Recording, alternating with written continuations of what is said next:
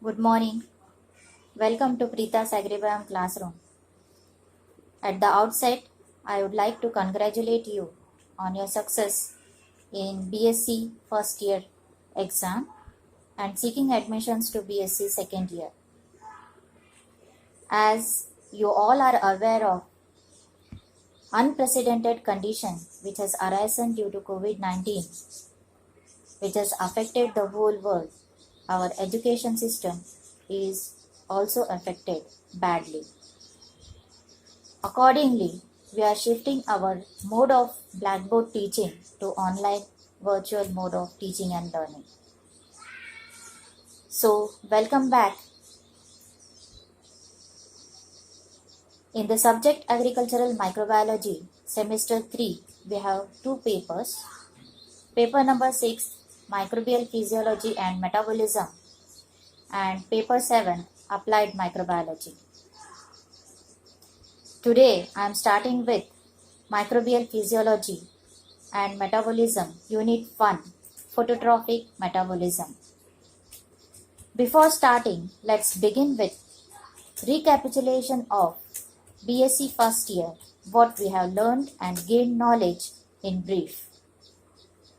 We have studied in Introductory Agricultural Microbiology, what is microbiology, its scope, different fields of microbiology, historical developments, contribution of different scientists, kinds of microorganisms, general characters of microorganism, their ultrastructures, classification and nomenclature of microorganisms. Also, we have studied in cell biology growth parameters, bacterial growth curve, lag phase, log phase, stationary phase, and decline phase. Bacterial multiplication, that is cell division by binary fission. Cultivation and maintenance of microorganisms. How do we maintain the microorganisms in lab and their cultivation? Also, we have studied in detail various instruments in the microbiology lab with their principle, working, and applications. We have seen different types of microscopes, compound microscope, UV microscope, phase contrast microscope, fluorescence microscope, and electron microscope. In electron microscope, we have seen scanning electron microscope and transmission electron microscope. In the techniques part, we have seen the sterilization methods by autoclaving, hot air oven, dry heat, incineration, etc. We have also studied microbial staining procedures. In that, we have seen simple staining, that is called as the monochrome staining, gram staining, acid-fast staining. We have seen different methods to see the inclusions in the microorganisms like PHB, polyhydroxybutyrate, glycogen bodies, etc. We have also seen the flagella staining, cell wall staining. Likewise, at the last, we have seen microbial nutrition. The major elements required for the growth and multiplication of the microorganisms, and also we have seen in detail the nutritional classification of microorganisms. Today, I am continuing with the nutritional classification in brief to understand the phototrophic metabolism better tomorrow. Microbial physiology is a vast subject which deals with the study of microbial physiology, their morphological structures, their nutritional requirement, metabolism, biosynthetic pathways, degradative pathways, genetic constituents, etc.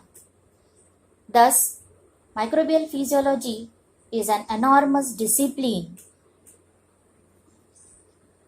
encompassing the study of thousands of microorganisms as humans, bacteria too require certain essential nutrients in the medium or diet in order to grow.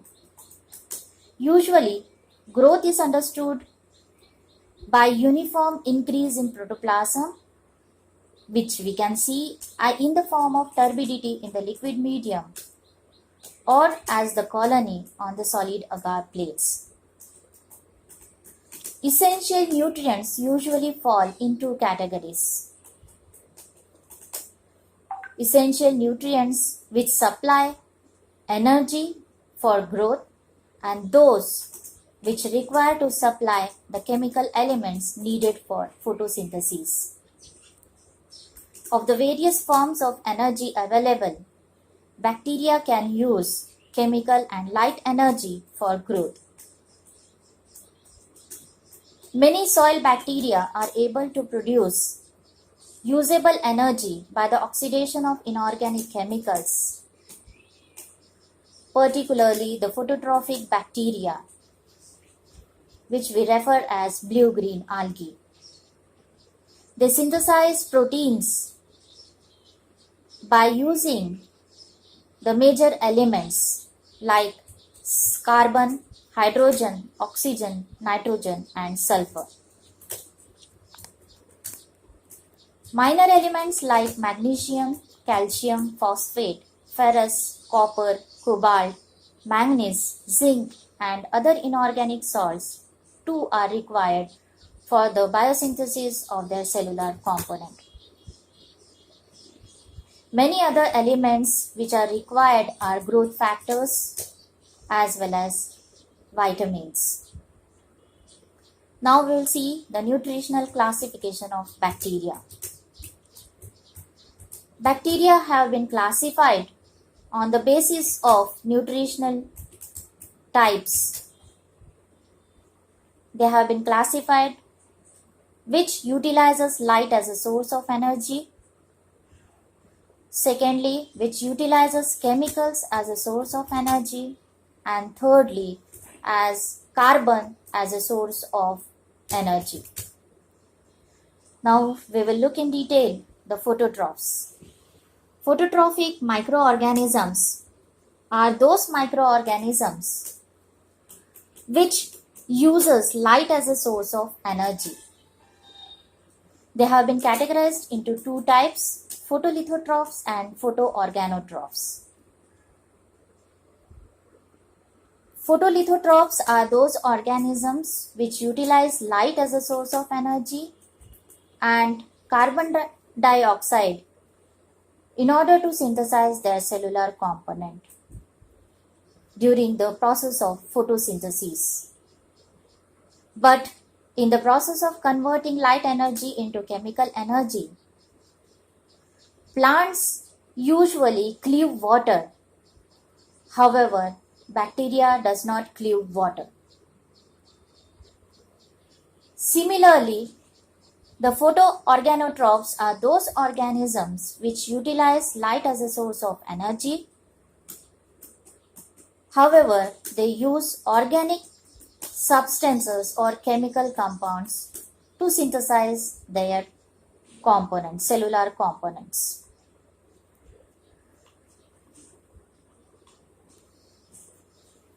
Both plants and bacteria convert light energy into chemical energy in the phototrophs by the process similar to the oxidative phosphorylation. The excited electrons generated during the photochemical reaction pass along the cytochrome chain, that is in the ETC cycle of bacteria, to produce or which leads to the formation of ATP.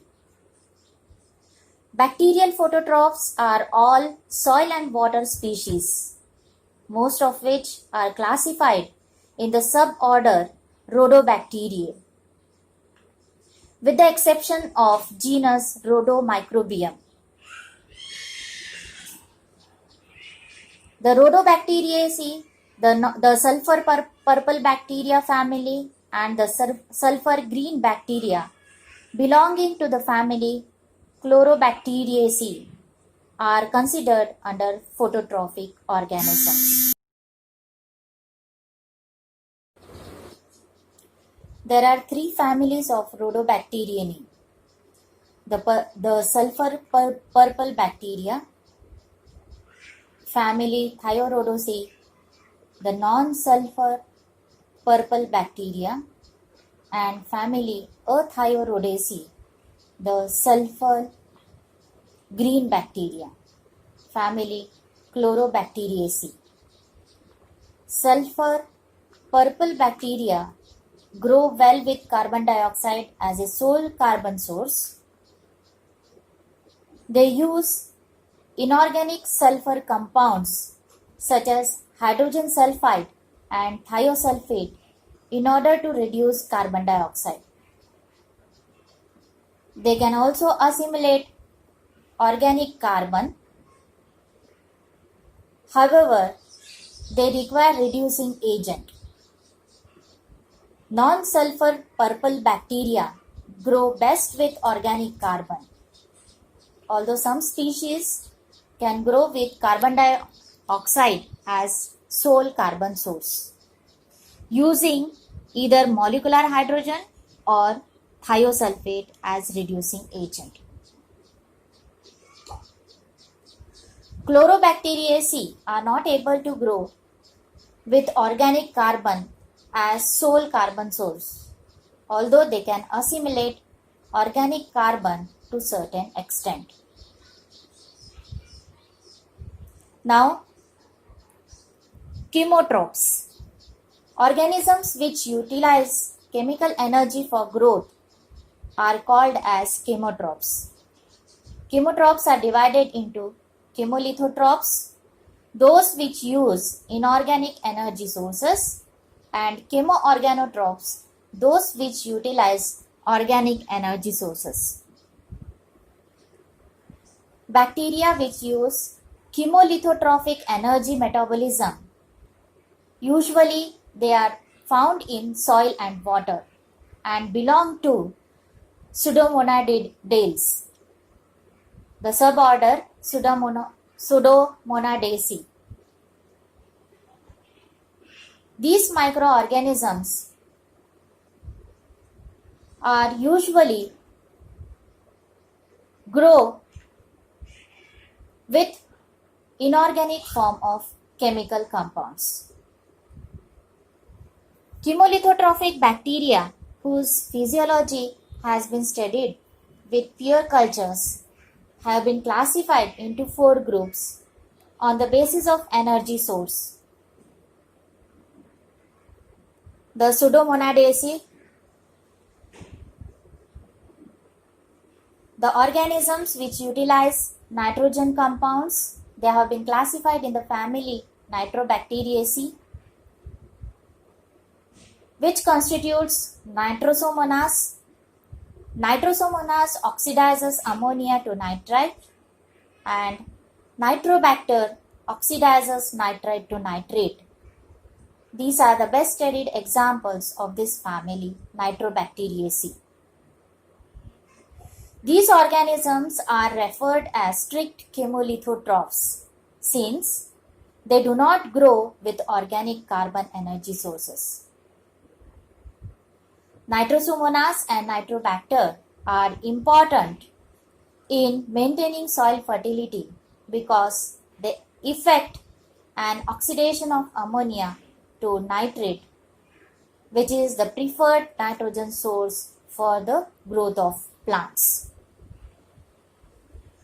Hydrogenomonas, also referred as Methanomonadaceae family, is the second group of chemolithotrophs, the hydrogen oxidizers. The ability to oxidize hydrogen occurs frequently among bacteria, and occasionally they are found in lower plants such as blue-green algae.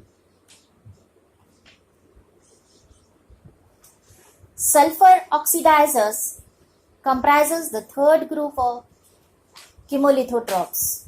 They are classified in the family Thiobacteriaceae. They grow on inorganic sulfur compounds such as hydrogen sulfide, elemental sulfur, thiosulfate, and thiocyanate, and produce tetrathionate and sulfate as the end product of the oxidation of these compounds. The species of Thiobacillus are the best known sulfur oxidizers. The fourth group is the iron oxidizer, which are represented by Ferrobacillus. The family Siderocapsaceae. They obtain their energy by the oxidation of ferrous iron. These organisms grow best in acid media, the pH being 3 to 5 for their optimum growth. Chemoorganotrophs satisfy their energy requirement by the oxidation or fermentation, anaerobic metabolism of organic compounds. The most common type of energy metabolism among bacteria and almost the only kind found in animal kingdom is represented by the chemoorganic microorganisms. Some species of algae are facultative chemoorganotrophs, being able to grow on organic carbon source in the dark. Taxonomically, chemoorganotrophs are usually those bacteria that have not been mentioned to this point. They belong to the Rickettsia, which are having the ability to oxidize limited number of organic substrates, although they have not been studied in detail. The energy being supplied by the metabolism of the host cell. These organisms obtain energy for biosynthetic reactions from the metabolism of host cells, and these microorganisms are referred as paratrophs. They belong to the category which includes bacterial, plant and animal viruses. Rickettsia too are known to have some oxidative ability, and they may obtain part of their energy as paratrophs. Classification on the basis of carbon source for growth. Organisms are classified into three classes on the basis of their carbon requirement. First, those that are able to use inorganic carbon. Second, those that require organic carbon. And third, those that depend on the host cell to supply their carbon. The ability to use inorganic sources of nitrogen, sulfur and phosphorus is very common among bacteria and therefore not a distinctive characteristics. When organic nitrogen or sulfur are required, it is usually in the form of amino acid or vitamin, the result of a deficiency in a biosynthetic pathway. Utilization of carbon dioxide, inorganic carbon source as a sole carbon source. Organisms which are able to grow with carbon dioxide as the only source of carbon are autotrophs. Bacteria which require organic carbon for their growth are also able to fix carbon dioxide to some extent, but fixation occurs primarily into the dicarboxylic acids related to the Krebs cycle. Green plants use water as the reducing agent, and water is in turn oxidized to molecular oxygen. However, in photosynthetic autotrophs, bacteria, reducing agents other than water are used. Chemolithotrophic autotrophs use same inorganic compound as the energy source and as a reducing agent. They simply use some of the electrons obtained by the oxidation of their energy source towards the reduction of carbon dioxide rather than oxygen. The reaction is given in the text form. Utilization of organic carbon. Organisms which must have an organic source of carbon for growth are referred as heterotrophs. Taxonomically, heterotrophs are identically with chemoorganotrophs. Photosynthetic bacteria assimilate organic carbon, are considered as heterotrophs. Carbon sources for heterotrophs vary according to the energy sources. Therefore, they belong to Pseudomonas lactobacillus species. The fermentative bacteria Lactobacilli generally require major portion of their carbon in the form of amino acids and vitamins because they undergo fermentative processes. The energy source is generally a fermentable carbohydrate and is converted almost quantitatively to end products. The third category is of hypotrophs. Organisms which rely on enzymatic apparatus of the host cell to duplicate themselves are hypotrophs. This category includes only viruses, although there is a possibility that Rickettsia depend to some extent on the host cell for biosynthesis cannot be excluded. The unique property of hypotrophs is their ability to seize control of the genetic centers of the host cells and thereby they force the host to produce the virus and their cell constituents like proteins, capsid proteins and maturation factors. So this is all about the classification of bacteria based on the nutrition. Tomorrow we'll continue with phototrophic metabolism.